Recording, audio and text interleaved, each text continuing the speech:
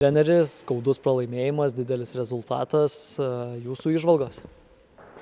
Negalėčiau pasakyti, kad visas rungtynės buvo pagal tą rezultatą, kurį mes galutinį matėm. 3 kėliniai buvo taškas, sakykime taip, kabinomės į žaidimą ir dar nebuvo aišku, bet kaip aš vaikinams Rūbiniai pasakiau, kad 4 kėlinio po 3 įmesto mes nuleidom rankas.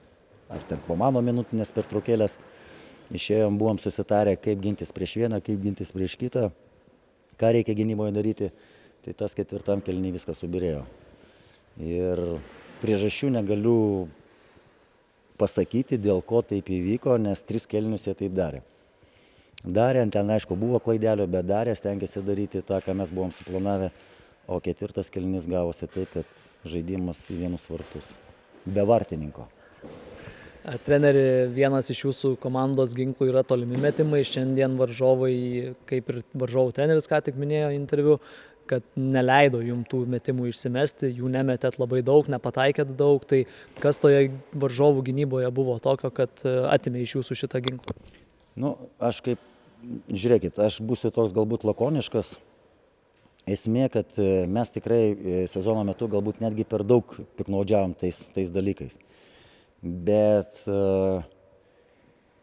kai priešingų komanda surenka ten 5 komandinės pražangas ar 4 ir iki tol yra tokia situacija, kad iki tol, kol jie surenka varžovas tas pražangas, mes žaidžiam agresyviai, o kai surenka 4 ar 5, mes tada pradedam pasyviau žaisti ir ieškoti tų tritaškių metimų. Ir man tas didžiausias galvos skausmas ir nežinau, mes su vaikinas kalbamės ir per treniruotės, kodėl taip darom ir kodėl tokie sprendimai. Nes atrodo, kad kaip tik reikia dar labiau agresyvinti žaidimą ir kiekvienas ten, sakykime, teisėjo švilpukas puolime, tai tiesiog žaidėjai siunčia prie baudos linijų. Ten įmes jisai tą baudą neįmes, bet čia jau kita istorija. Bet pas mus didžiausia problema yra tai, kad prieš mus, jeigu agresyviai ginasi, mes turbūt šiandien neatsakėm to pačiu agresyvumu. Gal 3 kėlinius ten bandėm tą greitesnį puolimą atsikovojus kamuolį nubėgti, kad nebūtų tos statinio žaidimo, kad gynyboje jie mus paimtų agresyviau, o bandėm išvengti tą agresyvumą greito puolimo dėka, bet sakau, kažkaip sustojom. Ir priežastis turbūt, čia turbūt treneris nedadirbo. Bet sakau, mes akcentuojam visą laiką tą dalyką ir žinom, kaip telšiai gali agresyviai žaisti ir kad mes turim tuo pačiu atsakyti, bet arba mes esam per jauna komanda, arba nėra dar vyriškumo tokio. Aš nežinau. Ne šiaip tai vaikinai kaip ir supranta viską, ką reikia daryti, bet tiesiog to nepadarom. Treneris, sveikinimai su pergale. 3 kartą šiame sezone įveiktas Šakių Vytis. Jūsų įžvalgos apie rungtynes? Ačiū už sveikinimus. Iš tikrųjų, kai visą laiką biškį prisibijojau tų rungtynių, nes šiandien pas mumis Ovidijus nežaidė, čia jam tokia mini trauma.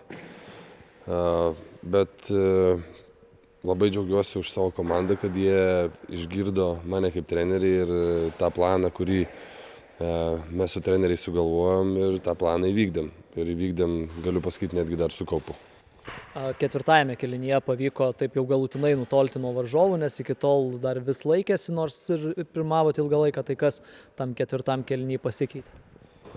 Mes žaidėm gal agresyviau, visur agresyviau žaidėm, tiek gynyboje, tiek puolime. Mes turėjom gynyboje planą, kad duoti kuo mažiau jiem tritaškių išmesti.